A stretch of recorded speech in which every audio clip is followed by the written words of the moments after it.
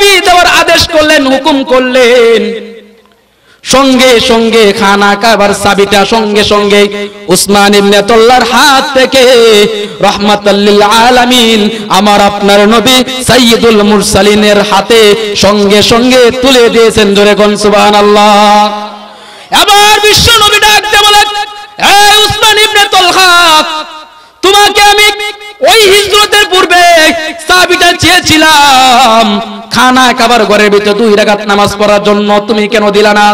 তখন উসমান ইবনে তালহা রাদিয়াল্লাহু তাআলা আনহু তখন ডাক দিয়ে বলে, আমাদের প্রতিষ্ঠা ফখরে বাঙ্গাল মিডিয়া। আলহামদুলিল্লাহ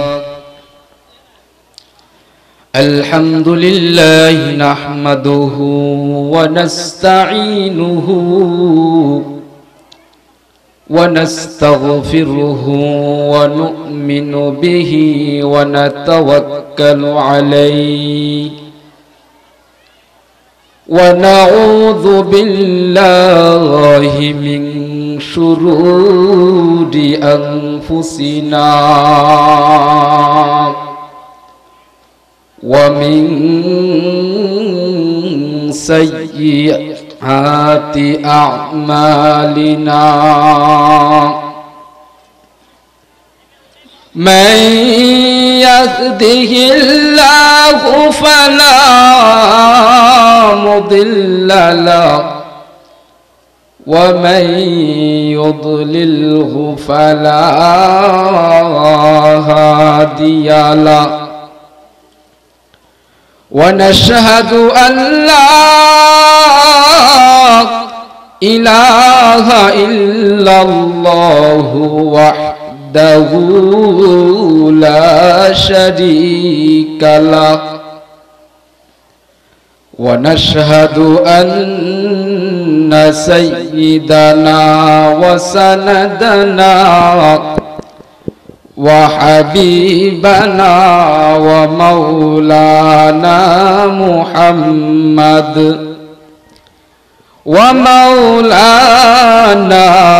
محمدا عبده ورسوله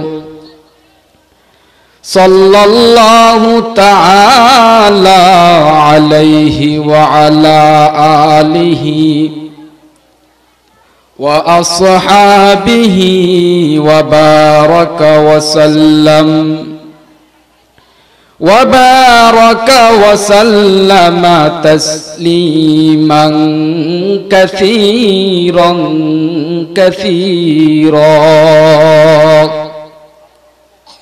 أما بعد فأعوذ بالله من الشيطان الرجيم بسم الله الرحمن الرحيم إنا أردنا الأمانة على السماوات والأرض والجبال فأبين أن يحملنها وأشفقن منها وحملها الإنسان إنه كان ظلوما جهولا وقال النبي صلى الله عليه وسلم من تشبه بقوم فهو منهم أو كما قال عليه الصلاة والسلام صدق الله مولانا العظيم وصدق رسوله النبي الكريم ونحن على ذلك من الشاهدين والشاكرين والحمد لله رب العالمين নামাজের দরুদ শরীফ পড়ি আল্লাহুম্মা সাল্লি আলা মুহাম্মাদ ওয়া আলা আলি মুহাম্মাদ কামা সাল্লাইতা আলা ইব্রাহিম ওয়া আলা আলি ইব্রাহিম ইন্নাকা হামিদুম মাজিদ আল্লাহুম্মা বারিক আলা মুহাম্মাদ ওয়া আলা আলি মুহাম্মাদ কামা বারাকতা আলা ইব্রাহিম ওয়া আলা আলি ইব্রাহিম ইন্নাকা হামিদুম মাজিদ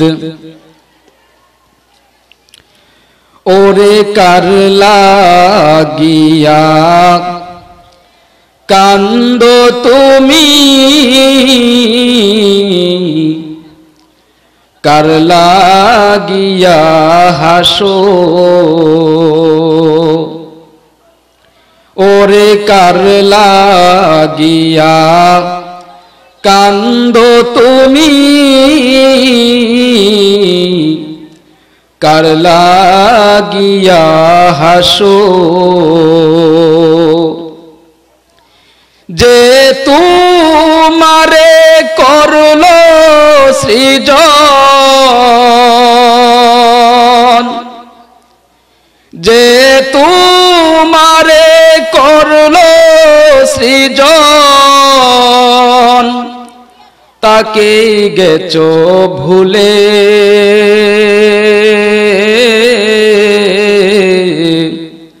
কার লাগিয়া কান্দো তুমি কার লাগিয়া হাসো এই পৃথিবীর মালিক যিনি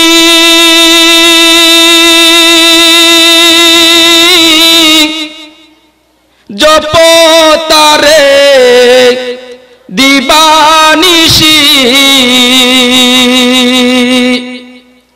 ওরে যার হাতেতে জীবন মরণ যার হাতেতে জীবন মরণ তাকে গেছো ভুলে কার লাগিয়া কান্দো তুমি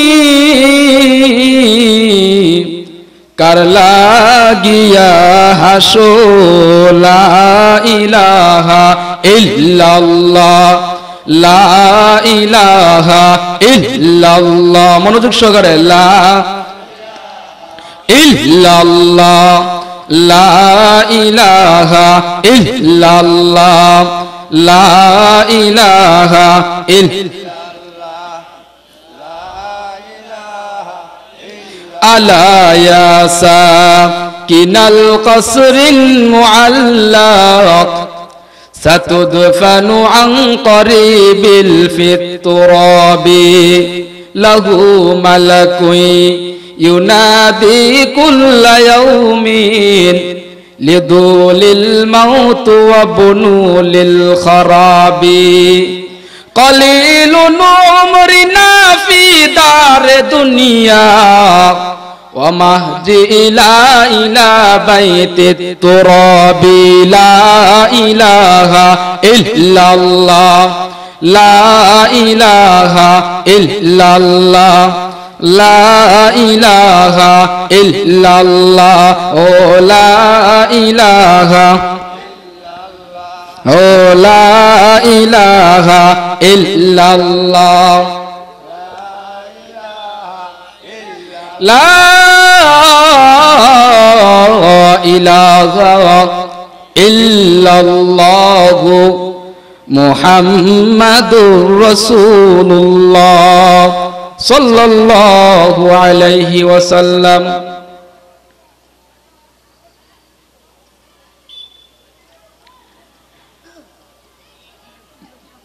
ভবানীপুর পীরে কামেল হযরত মাওলানা শাহ সুফি লায়েসউদ্দিন সাহেবের স্মরণে আয়োজিত ইসলামী মহাসম্মেলনের সম্মানিত সভাপতি সাহেব, প্রধান অতিথি পীরে কামেল আলহাজ হযরত মাওলানা আনোয়ার হোসেন চিশতি সাহেব দামাত বারাকাতুহুম মাদ্দাজিলুল আলী, উপস্থিত প্রধান অতিথি, বিশেষ অতিথিবৃন্দ, দূর দূরান্ত থেকে আগত আল্লাহ পাকের আশিকিন জাকিরিন মুহিব্বিন মুরব্বী বাবারা ও আমার সমবয়সী কলিজার টুকরার যুবক ভাইরা, পর্দার অন্তরালের মা ও বোনেরা,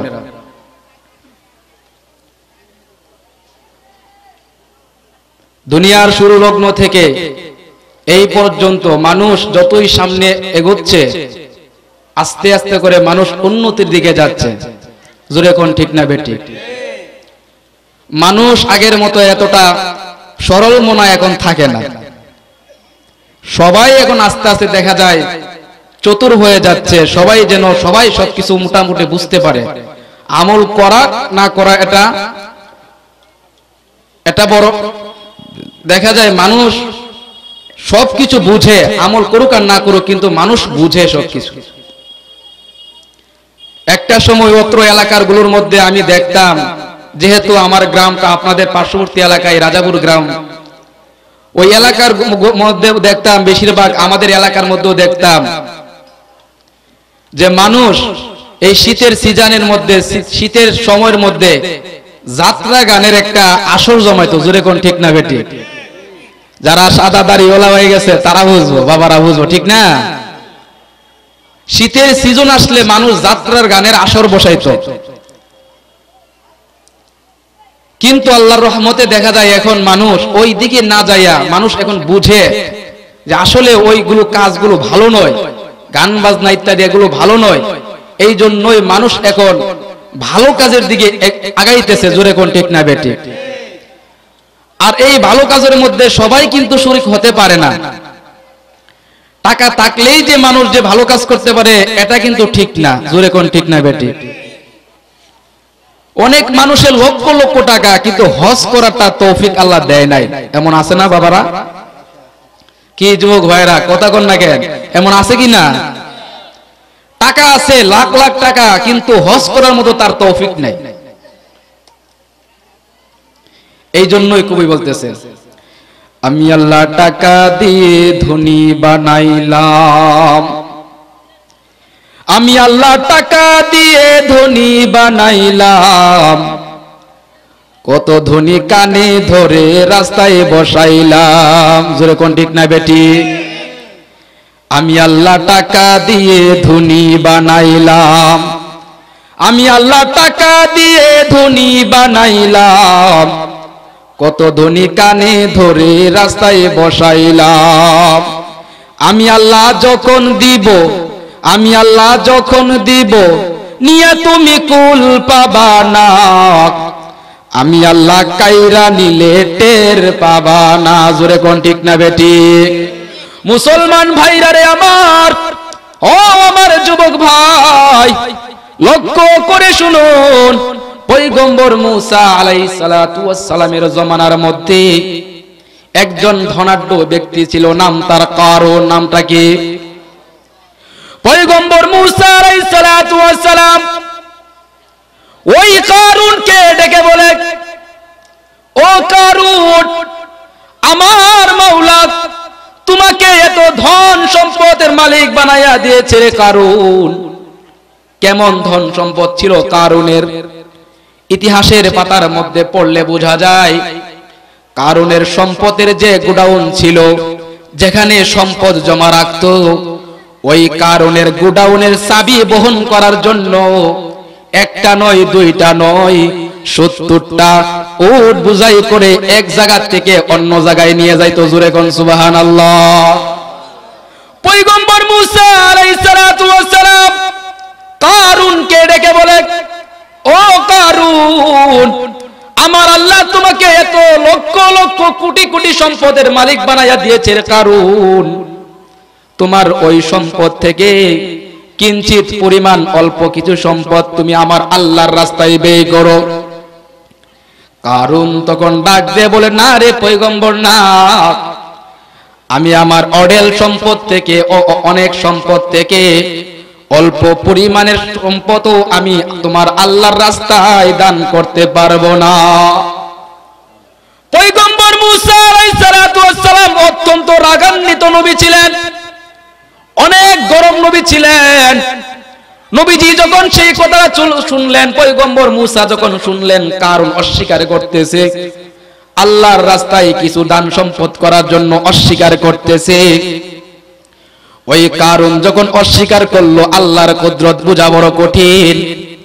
এমনি করে দেখা যায় মাটি কারুনের পায়ের মধ্যে চাপ ধরে ফেলেছে। জোরে কোন সুবহানাল্লাহ, আরো জোরে কোন সুবহানাল্লাহ।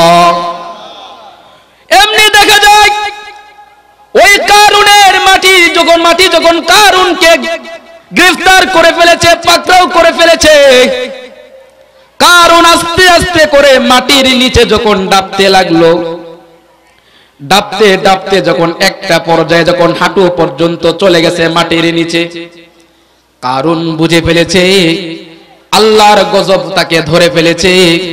আল্লাহর কাছে, আল্লাহর রাস্তায় বিয়াদবি করার জন্য ওই কারুন পয়গম্বর মুসা আলাইহিস সালাতু ওয়াস সালামকে ডাক দিয়ে বলে, ও পয়গম্বর মুসা, আমাকে তুমি বাঁচাও বাঁচাও বাঁচাও, আমাকে দেখি মাটি আমাকে পাকড়াও করে ফেলেছে রে মুসা, তুমি আমাকে বাঁচাও। পয়গম্বর মুসা আলাইহিস সালাতু ওয়াস সালাম কারুনের কথার কোনো সাড়া দেয় না, উত্তর দেয় না, জবাব দেয় না। এমনি দেখা যায় আস্তে আস্তে করে কারুন হাঁটু থেকে কোমর পর্যন্ত, মাজা পর্যন্ত মাটির নিচে যখন চলে যাইতেছে, আবারও বলতেছে, পয়গম্বর মুসা রে, আমাকে বাঁচাও, তুমি আমাকে বাঁচাও, এই আযাব থেকে বাঁচাও। তারপরেও পয়গম্বর মুসা আলাইহিস সালাতু ওয়াস সালাম কোনো জবাব দেয় না, উত্তর দেয় না। সর্বশেষ কারুন যখন আস্তে আস্তে করে জমিনের নিচে ডাবতেছিল, ডাবতে ডাবতে যখন মাটির নিচে যাইতে যাইতে যখন গলা পর্যন্ত মাটির নিচে চলে গেছে, সর্বশেষ কারুন অপারগ হয়ে বলতেছে, মুসা রে, তুমি আমাকে বাঁচাও বাঁচাও বাঁচাও, তুমি আমাকে বাঁচাও। পয়গম্বর মুসা আলাইহিস সালাতু ওয়াস সালাম কোনো উত্তর দেয় না। আল্লাহ সুবহানাহু ওয়া তাআলা ডাক দিয়ে বলে, ও পয়গম্বর মুসা, ওই কারুন কত বড় নিমুখ হারাম, আমি তাকে এত পরিমাণ সম্পদ দিয়েছি, এত পরিমাণ সম্পদের মালিক আমি বানিয়ে দিয়েছি, কিন্তু ওই কারুন বারবার তুমি মুসা পয়গম্বরকে বলতেছে বাঁচানোর জন্য, কিন্তু তুমি তো একটা বারও তাকে বাঁচানোর জন্য তুমি চেষ্টা করলা না, কোনো উত্তর দিলা না। পয়গম্বর মুসা রে, আমার জাতের কসম, আমি আল্লাহর কাছে যদি ওই কারুন একটা বার বলতো, আল্লাহ তুমি আমাকে বাঁচাও বাঁচাও বাঁচাও, আমি আল্লাহ সঙ্গে সঙ্গে কারুনকে এই বিপদ থেকে বাঁচাইয়া দিতাম। আরো জোরে কন্যা সুবহানাল্লাহ। মুসলমান ভাইরা রে আমার, এতে কি বোঝা যায়? কারুনের এত পরিমাণ সম্পদ থাকা সত্ত্বেও আল্লাহ তাআলার নাফরমানি করার কারণে কিয়ামতের আগ পর্যন্ত ওই কারুন মাটির নিচে ডাবতে আছে, এখনো পর্যন্ত নিচে যাইতেই আছে। যতদিন পর্যন্ত কিয়ামত না হবে রে বাবা, ততদিন পর্যন্ত ওই কারুন মাটির নিচে ডাবতেই থাকবে, ডাবতেই থাকবে। জোরে কোন সুবহানাল্লাহ। ও মুসলমান ভাইরা আমার, যেই কথাটা আমি বুঝাতে চাচ্ছিলাম, টাকা থাকলেই, ধন সম্পদ থাকলেই ভালো কাজ করা যায় না। আজকে দেখা যায় এলাকাগুলোর মধ্যে যেই সমস্ত যুবক ভাইয়েরা, যেই সমস্ত মাহফিল কর্তৃক মাহফিলের যেই সমস্ত ভাইয়েরা তারা শ্রম দিয়ে, অর্থ দিয়ে, টাকা দিয়ে ইচ্ছে করলে তারা কিন্তু নারী নিয়ে, মেয়ে আইনারা তারা কিন্তু গানের ব্যবস্থা করতে পারত, কিন্তু আল্লাহ পাক আল্লাহকে রাজি খুশি করানোর জন্য ওই শীতের সিজন যখন চলে আসে, যুবকরা আল্লাহকে রাজি খুশি করানোর জন্য ওই রকম মাহফিল আমাদেরকে উপহার দিয়ে থাকে। জোরে কোন ঠিক না বেঠিক? আরো জোরে কোন ঠিক না বেঠিক? এতে কি বোঝা যায়? মানুষ এখন উন্নতির দিকে যাচ্ছে। একটা সময় যুবকরা চিন্তা করত, ভাবতো শীত আসলে কিভাবে তারা আনন্দ ফুর্তি করবে। দেখা যায় তো মুরব্বীদের কথাও মানতো না, মুরব্বীদেরকে ডিঙ্গায়া হলেও তারা দেখা যায় তো একটা পর্যায়ে ওই রকম কিছু কাজ তারা করত যেইগুলো কাজ অত্যন্ত অত্যন্ত খারাপ। এই জন্য আমি বলতে চাচ্ছিলাম যে যুবকদের জন্য দোয়া করা দরকার। তারা যে এখন মাহফিলের দিকে ধাবিত হচ্ছে, তারা যে গান বাজনা না করাইয়া করাইয়া এখন মাহফিল করানোর জন্য যে তারা চেষ্টা করতেছে। যুবক বাবারা আমার, ও আমার সাদা দাড়িওয়ালা বাবারা, আমি আপনাদের সামনে একটা আয়াতে তেলাওয়াত করেছি। আমি ওই আয়াতটা আমি আপনাদের সামনে রেখে আল্লাহ পাক রব্বুল আলামিন যদি আমাকে তৌফিক দান করেন, কিছু আলোচনা করব এই আয়াতকে সামনে রেখে।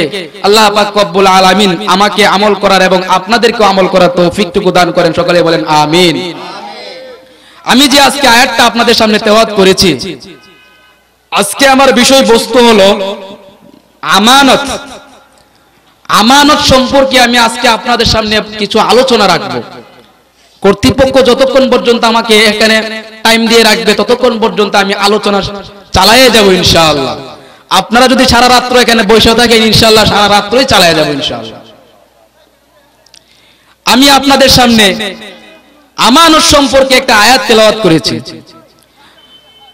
হাকিমুল উম্মত শাহ আশরাফ আলী থানভী রহমতুল্লাহি আলাইহি বলেন, আমানত এমন একটা গুরুত্বপূর্ণ একটা বিষয়, এমন একটা দামি জিনিস, যে আমানত দুনিয়ার মধ্যেও অত্যন্ত দামি এবং আল্লাহর কাছে পরকালে মাওলার কাছে অনেক দামি।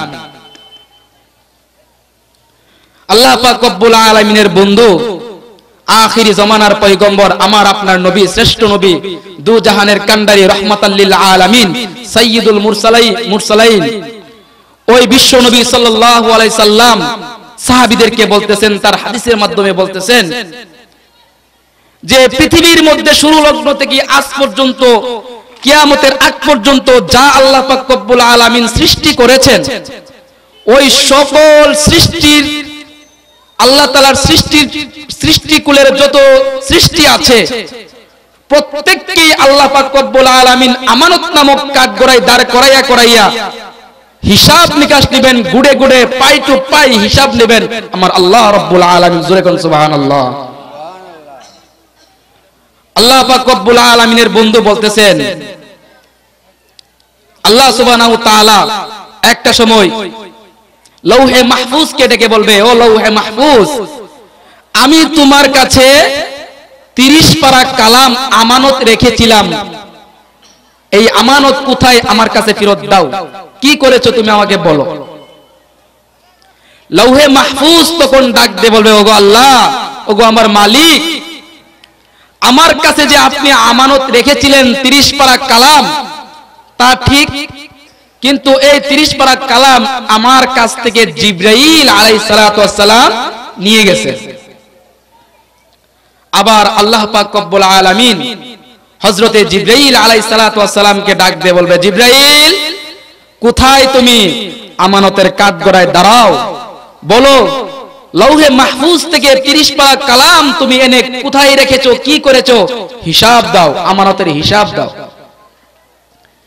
হযরতে জিবরাইল আলাইহিস সালাতু ওয়াস সালাম তখন আল্লাহকে ডাক দিয়ে বলবে, ওগো আল্লাহ, আল্লাহর তো সবই খেলা, ঠিক না? আল্লাহ কি জানেন না এগুলো?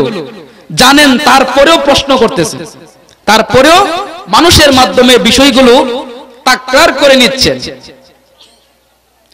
জিবরাইল আলাইহিস সালাতু ওয়াস সালাম আল্লাহকে ডাক দিয়ে বলে, ওগো আল্লাহ, আমি আপনার অনুমতি ক্রমে, আপনার আদেশেই আমি লৌহে মাহফুজ থেকে 30 পারা কালাম আমি এনে বিশ্ব নবী আপনার পয়গম্বর জনাবে মুহাম্মাদুর রাসূলুল্লাহ, সকলে বলেন সাল্লাল্লাহু আলাইহি সাল্লাম, উনার কাছে আমি এই দায়িত্ব বুঝিয়ে দিয়ে আসেন। জোরে কোন সুবহানাল্লাহ। আল্লাহ পাক রব্বুল আলামিন তখন বিশ্ব নবীকে বলবে, ও বিশ্ব নবী, ওগো আমার বন্ধু, কোথায় আপনি আমানতের কাঠগড়ায় দাঁড়ান, দাঁড়িয়ে বলেন 30 পারা কালাম আপনি কোথায় রেখেছেন, কি করেছেন বলেন আমার কাছে। আল্লাহর নবী সাল্লাল্লাহু আলাইহি সাল্লাম তখন ডাক দিয়ে বলে, ওগো আল্লাহ, বিদায় হজের সময় সোয়া লক্ষ সাহাবীদের মাঝে আমি একটা ভাষণের মাধ্যমে আপনার 30 পারা কালাম, যেই কালাম আমি লৌহে মাহফুজ থেকে জিব্রাইলের মাধ্যমে আমি আমার সিনাই, এবং আমি সেই 30 পারা কালাম আমার উম্মতের মাঝে গুড়ে গুড়ে আমি হিসাব নিকাশ করে আমি সব পৌঁছাই দিয়েছি, এবং আমার উম্মতদেরকে এই কালামের মর্যাদা বোঝার জন্য তাদের কাছে আমি দায়িত্ব দিয়ে আসছি। জোরে কোন সুবহানাল্লাহ। উম্মত কারা? আমি না আপনারা? আমরা সবাই না? তাহলে আমাদের মাঝে কি রেখে গেছেন? আমানত রেখে গেছেন। আল্লাহ পাক রব্বুল আলামিন তখন ডাকতে বলে, বিশ্ব নবীর উম্মতেরা কোথায়? আসো আসো, আমানতের কাঠগড়ায় দাঁড়াও। তোমাদের কাছে যে তোমাদের নবী আমার বন্ধু যে আমানত রেখেছিল, ওই 30 পারা কালামের আমানত তোমরা কি করেছে, কতটুকু মর্যাদা দিয়েছো তোমরা আমাকে বলো। আল্লাহ পাক রব্বুল আলামিনের বন্ধু আমার আপনার নবী, দয়াল নবী, রাহমাতাল লিল আলামিন, রাহমাতাল লিল আলামিন তখন আল্লাহর দিকে তাকাইয়া আল্লাহকে ডাক দিয়ে বলে, ওগো আমার আল্লাহ, আমার উম্মতদেরকে যদি তুমি জিজ্ঞাসা করো তাহলে আমার উম্মতেরা অনেক কঠিন মুসিবতে পড়ে যাবে। ও আমার আল্লাহ, আপনার জাতের কসম লাগে গো,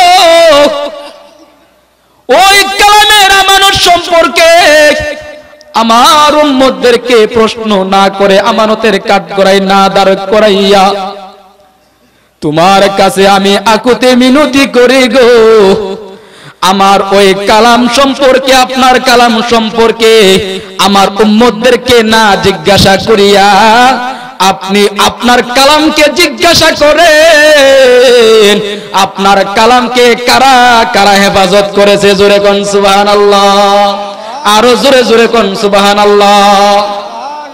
আল্লাহ পাক রব্বুল আলামিন তখন কালামুল্লাহ শরীফকে ডাক দিয়ে বলে, ও আমার কালাম, ও আমার 30 পারা কালাম, তোমরা তোমাদেরকে দুনিয়ার মধ্যে কোন কোন ব্যক্তিরা তোমাদেরকে হেফাজত করেছে, তোমাদের হক আদায় করেছে, দেখাইয়া দাও, দেখাইয়া দাও।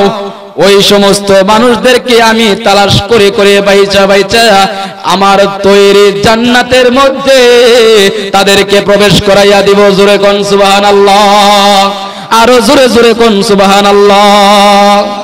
মুসলমান ভাইরা আমার, আল্লাহ পাক রব্বুল আলামিন যখন কালামকে আদেশ করবে, কালামুল্লাহ শরীফ আল্লাহ তাআলার কোরআনে কারীম, তখন যেই সমস্ত মানুষেরা দুনিয়ার মধ্যে তাকে সম্মান করত, তাজিম করত, তার কদর বুঝতো, তার হক আদায় করেছে, ওই সমস্ত মানুষদেরকে ইশারা করে করে দেখাইয়া দিবে আমার আল্লাহর কাছে।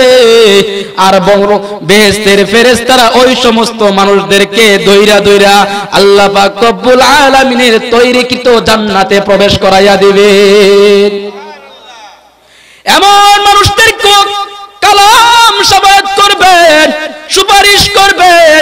এমনও বাবারা আছে, এমনও মুরব্বীরা আছে, তারা চোখে দেখে না কিন্তু কালাম পড়তে পারে না। মসজিদের বারান্দায় বৈশা বৈশা যত মুসল্লি ছিল সব মুসল্লিরা যখন মসজিদ থেকে চলে যায়, মসজিদ যখন একেবারে নীরব নিস্তব্ধ হয়ে যায়, তখন দেখা যায় ওই সমস্ত বাবারা মুরব্বীরা মসজিদের কোনায় বসে বসে, বারান্দায় বসে বসে আল্লাহ পাক রব্বুল আলামিনের কালাম বুকে জড়াইয়া চুমু খাইয়া বুকে জমাইয়া বারবার চুমু খাইয়া কালামের উপরে হাত বুলাইয়া বুলাইয়া কান্দে আর আল্লাহকে ডাক দে বলে, ওগো আমার আল্লাহ, তোমার কালাম যখন পড়ার কথা ছিল তখন তো পড়তে পারি নাই শয়তানের ধোঁকার কারণে। ও আল্লাহ, এখন বুঝে আসছে তোমার কালামের গুরুত্ব আমার বুঝে আসছে। ওগো আল্লাহ, তোমার কালাম কত বড় দামি, কত বড় দামি, কত বড় দামি। ও আল্লাহ, তোমার কালামের হক আদায় করতে আমি পারি নাই, তোমার কালামের হক আদায় আমি করতে পারি নাই। ও আল্লাহ, তুমি আমাকে মাফ করে দাও, তুমি আমাকে ক্ষমা করিয়া দাও। এইরকম ভাবে কান্নাকাটি করে গো আর কালামকে জড়াইয়া জড়াইয়া একটা পৃষ্ঠার পর একটা পৃষ্ঠা হাত দিয়া বুলাইয়া বুলাইয়া একটা পৃষ্ঠা উল্টায় আর বলে, এটা আমার আল্লাহর পাকের কথা, এটা আমার মাবুদের কথা, এটা আমার মাবুদের বাণী, এটা পবিত্র বাণী। বিশ্বের মাঝে এইরকম বাণী আর হতে পারে না। এইরকম ভাবে কান্নাকাটি করে আমার মাওলার কাছে, আমার মাওলা তখন ফেরেশতারা ডাক দেয়, কই ফেরেশতারা রে, তোরা কই কই কই, তাকাইয়া দেখ তাকাইয়া দেখ, ওই মসজিদের মধ্যে দেখ, তাকাইয়া দেখ, আমার একটা জাহেল বন্ধু, আমার একটা জাহেল বান্দা, সে কালাম পড়তে পারে না, মূর্খ, সে কিচ্ছু বোঝে না, আলিফ পার থেকে ইয়া পর্যন্ত একটা হরফ চিনে না, কিন্তু আমার কালামকে এত সম্মান করে কান্নাকাটি করতেছে। ও ফেরেশতারা, তোমরা সাইকে থাকো, তোমরা সাইকে থাকো, আমি আল্লাহ ঘোষণা করে দিলাম ওই সমস্ত কালাম প্রিয় বন্ধুদেরকে, কালামদেরকে যারা হেফাজত করেছে, ওই সমস্ত মানুষদেরকে আমি আল্লাহ কালামের সম্মানের কারণে আমি আল্লাহ তাদেরকে জান্নাতে ঢুকাইয়া দেব। জোরে কোন সুবহানাল্লাহ, আরো জোরে জোরে কোন সুবহানাল্লাহ। মুসলমান ভাইরা রে আমার, ওই কালামকে যারা ইবাদত করেছে, আজকে দেখা যায় ওই কালামকে যারা সম্মান করে, তাজিম করে, কালামের কথা বলে, কোরআনের কথা বলে, হক কথা বলে, সারা বিশ্ব থেকে ইহুদি, নাসারা, খ্রিস্টান, হিন্দু, বৌদ্ধ, সকল ধর্মের মানুষেরা মুসলিম জাতিকে নিস্তব্ধ করে দেওয়ার জন্য, মুসলিম জাতিকে মিটাইয়া দেওয়ার জন্য এমন ভাবে ষড়যন্ত্রের দাম বেড়াজাল পৃথিবীর মধ্যে তারা বিচরণ করেছে। হিন্দুরা মুসলমানদেরকে মারতেছে, বৌদ্ধরা মুসলমানদেরকে মারতেছে, ইহুদিরা মুসলমানদেরকে মারতেছে, খ্রিস্টানরাও মুসলমানদেরকে মারতেছে। তারা চেষ্টা করতেছে ওই কালামের কোন সৈনিক, কালামের কোন মুজাহিদ যেন পৃথিবীর মধ্যে না থাকে। ওই সমস্ত কুলাঙ্গাররা তারা জানে না, তারা বুঝে না এই কালামুল্লাহ শরীফ স্বয়ং আমার আল্লাহ পাক রব্বুল আলামিন হেফাজতের দায়িত্ব নিয়েছেন।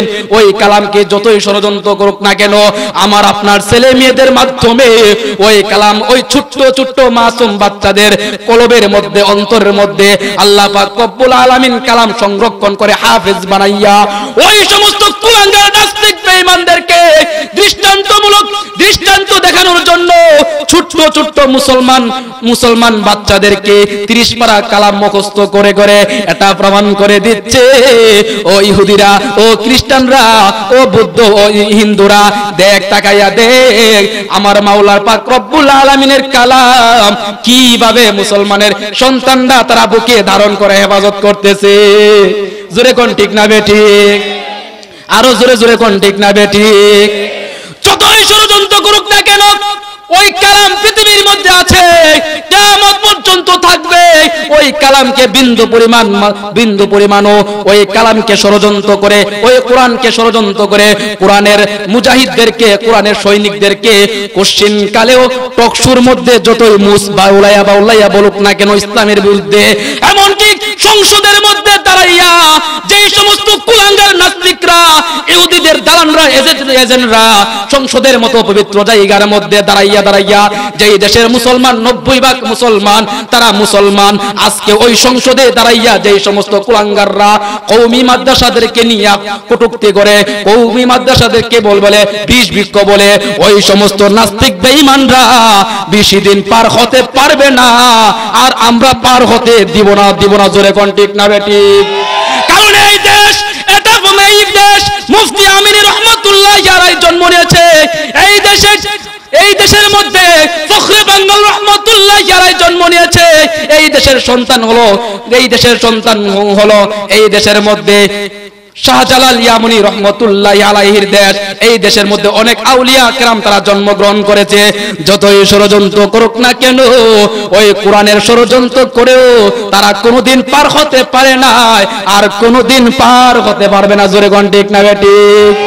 আরো জোরে জোরে কোন ঠিক না বেঠিক? তাহলে কোরআনের হেফাজতের জন্য, কোরআনের আমানত রক্ষার জন্য, ও আমার বাবারা, ও আমার যুবক ভাইরা, আপনাদের পা দুইটা আগায়া দেন। আমি আপনাদের পায়ে হাত রেখে বলি, ও আমার বাবারা, আপনাদের সন্তান যারা একটা সন্তান হলেও মাদ্রাসার মধ্যে দিয়ে হলে ওই আল্লাহ পাক রব্বুল আলামিনের মারিফত হাসিল করার জন্য, কোরআনের হাফেজ বানানোর জন্য, মাওলানা বানানোর জন্য, কোরআন বুঝার জন্য, হাদিস বুঝার জন্য, ইসলাম ধর্ম রিচার্জ করার জন্য, ও আমার বাবারা, ও আমার যুবক ভাইরা, আপনাদের ভাই ভাতিজা যারা ছোট্ট ছোট্ট বাচ্চা আছে, আশেপাশে যত মাদ্রাসাগুলো আছে, ওই মাদ্রাসাগুলোর মধ্যে আপনারা অন্তত পক্ষে একটা সন্তান দিয়ে হলেও ওই কোরআনের খেদমত, কোরআনের খাদেম বানাইতে রাজি আছেন কিনা? না জোরে কর, রাজি আছেন ইনশাআল্লাহ? তাহলে আল্লাহ পাক রব্বুল আলামিনকে দুইটা হাত দেখায় বলেন, ও আল্লাহ, আমি আপনাদেরকে আজকে আমরা নিয়ত করলাম, ও আল্লাহ, আমাদের যে সন্তানগুলো তুমি দিয়েছো, আল্লাহ, আমি আমার চেষ্টার জায়গা থেকে আমি ওয়াদা করলাম, আমি চেষ্টা করব আমার একটা সন্তানকে, আমার একটা ছেলেকে, আমার একটা মেয়েকে, আমার একটা ভাতিজাকে তোমার রাস্তায় আমি খাদেম বানাবো। ও আল্লাহ, তুমি আমাদের হাতগুলোকে কবুল আর মঞ্জুর করুন। সকলে বলেন আমিন।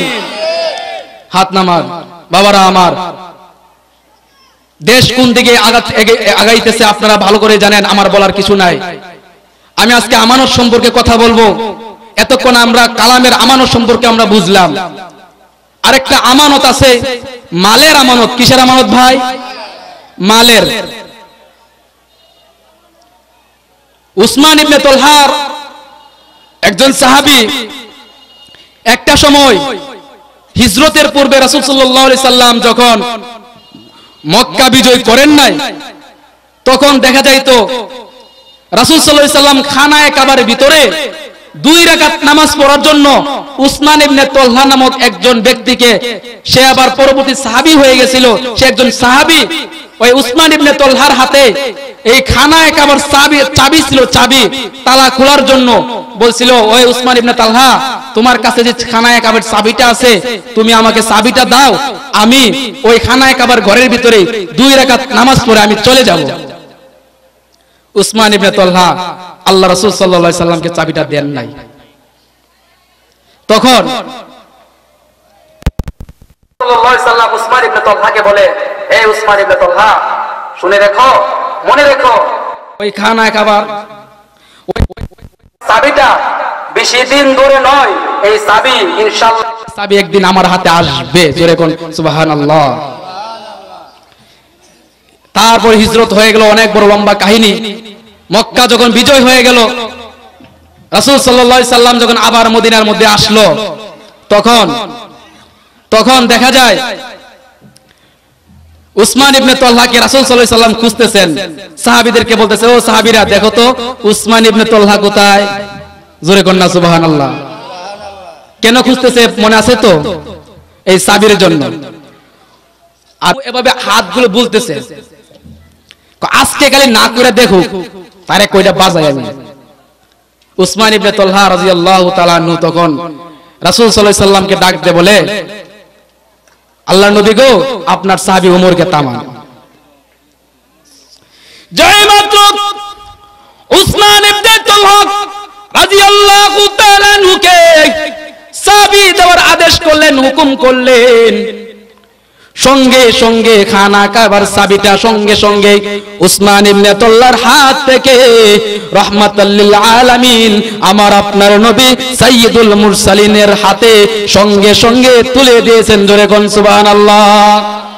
এবার বিশ্ব নবী ডাকতে বলে, হে উসমান ইবনে তলহা, তোমাকে আমি ওই হিজরতের পূর্বে চাবিটা চেয়েছিলাম খানা কাবার ঘরের ভিতরে 2 রাকাত নামাজ পড়ার জন্য, তুমি কেন দিলা না? তখন উসমান ইবনে তলহা রাদিয়াল্লাহু তাআলা আনহু তখন ডাক দিয়ে বলে, আল্লাহর নবী গো, আমি জানি একটা দিন আপনি কোনোদিন মিথ্যা কথা বলতে পারেন না। আপনি যে বলেছিলেন একটা দিন আপনার হাতে চাবিটা চলে আসবে, আমি উসমান ইবনে তলহা সেই দিন বিশ্বাস করেছি। এবং তখন বিশ্ব নবী তখন বলে, কেন তুমি চাবিটা দিলা না? তখন উসমান ইবনে তলহা রাদিয়াল্লাহু তাআলা আনহু বলে, আল্লাহর নবী গো, আমি দেই নাই এই জন্য জানি আপনাকে না দিলে আপনি কষ্ট পাবেন, আপনি অত্যন্ত বেতান্বিত হবেন, কিন্তু আপনার কাছে আমি চাবিটা এই জন্য দেই নাই, ওই চাবিটা আমার কাছে ছিল কুরাইশদের রাখা আমানত। কি? কুরাইশদের রাখা আমানত। আমি যদি আপনার কাছে চাবিটা দিয়ে ফেলাইতাম তাহলে কুরাইশদের আমানত আমি ভঙ্গ করে ফেলতাম। আল্লাহর নবী গো, ওই আমানতের ভয়ের কারণে আমানত যেন ভঙ্গ না হয়, এই জন্য আমি আপনাকে কষ্ট দেওয়া সত্ত্বেও আপনার কাছে আমি চাবি দেই না। উসমান ইবনে তালহা যখন চাবিটা দিয়ে দিলেন, তখন বিশ্ব নবী হাতের মধ্যে চাবিটা নিয়ে এইভাবে ঘুরাইতেছে, কার কাছে চাবিটার জিম্মাদারি দেওয়া যায়। এইবার আমি সংক্ষিপ্ত বলতেছি, কার কাছে চাবিটা দেওয়া যায়। আবু বকর রাদিয়াল্লাহু তাআলা মনে মনে ভাবতেছে, আমি যেহেতু মুরব্বী, আমি যেহেতু আমার একটা মেয়েকে রাসূলের কাছে বিবাহ দিয়েছি, শ্বশুর যেহেতু, মনে হয় চাবিটা আমার কাছে দেবে। ওই দিকে আবার দেখা যায় ওমর রাদিয়াল্লাহু তাআলা বলতেছে, মনে মনে ভাবতেছে, যেহেতু আমি একটা সময় রাসূল সাল্লাল্লাহু আলাইহি সাল্লামের কল্যাণতাম গিয়েছিলাম, কিন্তু মুসলমান হয়ে আমি মুসলমান ইসলাম ধর্ম গ্রহণ করে ফেলেছি, নিশ্চয় মনে হয় আমার ওই বৈশিষ্ট্যের কারণে মনে হয় চাবিটা আমার কাছে দিবে। ওই দিকে উসমান রাদিয়াল্লাহু তাআলা মনে মনে ভাবতে লাগলো, যেহেতু আমি তার দুইটা মেয়েকে, একজন মারা যাওয়ার পর আরেকজন মেয়েকে আমি বিবাহ করেছিলাম, অতএব আমাকে পছন্দ করে বিদায় দেখেই আমার কাছে তার কন্যা বিবাহ দিয়েছে, মনে হয় চাবিটা আমার কাছে দিবে। 4 নম্বরে হযরত আলী রাদিয়াল্লাহু তাআলা মনে মনে ভাবলো, মনে হয় চাবিটা আমার কাছে দিবে। আল্লাহ পাক রব্বুল আলামিন আল্লাহর দিকে তাকাইয়া অপেক্ষা করতেছে, আল্লাহ পাক রব্বুল আলামিনের পক্ষ থেকে কোন সময় ওহী নাযিল হয়। এমনি দেখা যায় আল্লাহ পাক রব্বুল আলামিন জিবরাইলের মাধ্যমে গো সঙ্গে সঙ্গে আয়াত নাযিল করে দিয়েছে, ইন্নাল্লাহা ইয়া'মুরুকুম আতুআদ্দুল আমানাতি ইলা আহলিহা। আল্লাহ পাক রব্বুল আলামিন বিশ্ব নবীকে বলতেছে, ওগো আমার বন্ধু, টেনশন করার কোনো কারণ নাই, চাবি কার কাছে দিবেন তাও নিয়ে টেনশন করা দরকার নাই। আমি আল্লাহ হুকুম করলাম, যার হাতে চাবিটা ছিল গো তার হাতে আবার সেই চাবিটা জিম্মাদারি বানাইয়া দেন। জোরে কোন সুবহানাল্লাহ। মুসলমান ভাইরা আমার, ওই ব্যক্তির আমানতের এই রক্ষা করার জন্য তার আমানতটা আল্লাহ পাক রব্বুল আলামিনের কাছে এমন ভাবে প্রিয় হয়ে গেছে, আল্লাহ পাক রব্বুল আলামিন ফয়সালা করে দিয়েছেন যে এই ব্যক্তিটা তার আমানতের সম্পর্কে এতটা কেয়ারফুল, এতটা সে খেয়াল রাখে, সে কোনোদিন আমানতের খেয়ানত করবে না। আমার আল্লাহ পাক রব্বুল আলামিন কোরআনের আয়াতের মাধ্যমে ওই ব্যক্তির হাতে চাবিটা হস্তান্তর করার জন্য বিশ্ব নবীকে আদেশ করে বললেন। সুবহানাল্লাহ। আমার টাইম শেষ, হুজুর চলে আসছেন, হুজুর অনেক গুরুত্বপূর্ণ বয়ান করবেন। আমি আপনাদের সামনে, আমি টার্গেট ছিল অনেক কিছু কথা বলবো, কিন্তু সময়ের সংক্ষিপ্তের কারণে আমি এখানে আমার যে অগোছালো কথাগুলো, আজকে আমি অনেক টার্গেট নিয়ে আসছিলাম। যাই হোক, আমি যদি আল্লাহ পাক রব্বুল আলামিন কোনোদিন আমাকে তৌফিক দান করেন, বাকি কথাগুলো বলার চেষ্টা করব। এই বলে আমার জন্য দোয়া করবেন। আমার বাড়ি তেমন বেশি দূরে নয়, আপনাদের মেঘনা নদীর পূর্ব পাশে রাজাপুর গ্রাম আমার বাড়ি। আমার জন্য আপনারা দোয়া করবেন। আমি আপনাদের এলাকারই সন্তান, আমার বংশীয় বাড়ি আবার মধ্যেশ্বর ছিল একটা সময়, কিন্তু এখন আমি রাজাপুর চলে গেছি, এখন রাজাপুর আমার বাড়ি। এই জন্য আমার জন্য দোয়া করবেন, আপনাদের জন্য আমি দোয়া করি। আর এই রকম মাহফিলের জন্য মুরব্বী বাবাদেরকে বলতেছি, যুবক ভাইদেরকে বলতেছি, আপনারা ওই সমস্ত মাহফিলদেরকে সময় হলে আপনারা সাহায্য সহযোগিতা করবেন, এবং ইসলামের কথাগুলো যেন সত্যিকার অর্থে উলামায়ে কেরাম যেন হক কথাগুলো নির্দ্বিধায় বলতে পারে, এইরকম পরিবেশ সিচুয়েশন আপনারা তৈরি করে দিবেন। আমার জন্য আপনারা দোয়া করবেন। এই বলে আমার সংক্ষিপ্ত আলোচনা শেষ করলাম। ওয়া আখিরু দাওয়ানা আলহামদুলিল্লাহি রাব্বিল আলামিন। আসসালামু আলাইকুম ওয়া রাহমাতুল্লাহি ওয়া বারাকাতুহু।